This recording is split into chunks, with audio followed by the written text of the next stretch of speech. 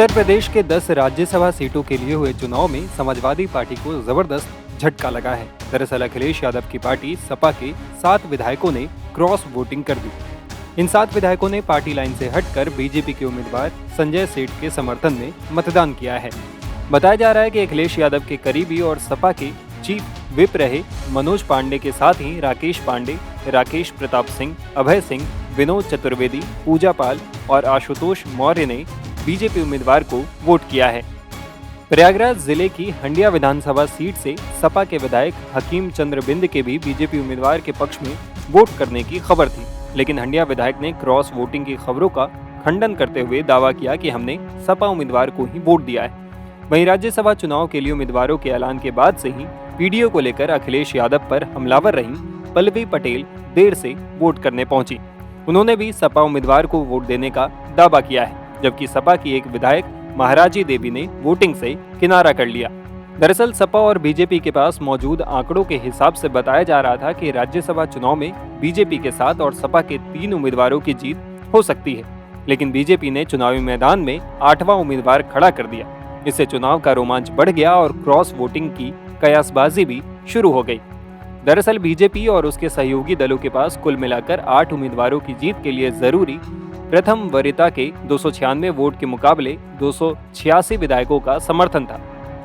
इनमें से ओम प्रकाश राजभर की पार्टी के एक विधायक अब्बास अंसारी जेल में। ऐसे में एनडीए का संख्या बल 285 रह गया।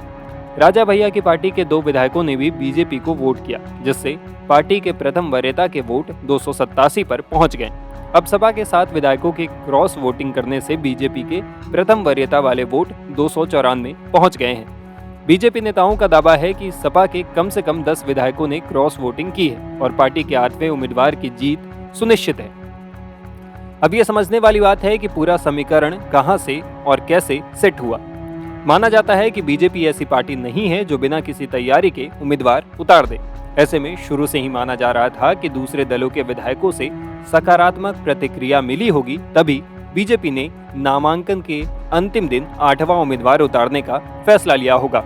अब वोटिंग के दिन तस्वीर करीब करीब साफ हो चुकी है। बीजेपी के नेता कम से कम 10 विधायकों के क्रॉस वोटिंग करने का दावा कर रहे हैं। हालांकि अब तक 7 विधायकों के नाम ही सामने आए हैं। गौर करने वाली बात यह भी है कि राज्यसभा चुनाव के लिए वोटिंग से ठीक एक दिन पहले बीजेपी और सपा दोनों ने ही अपने अपने विधायकों को डिनर पर बुलाया था।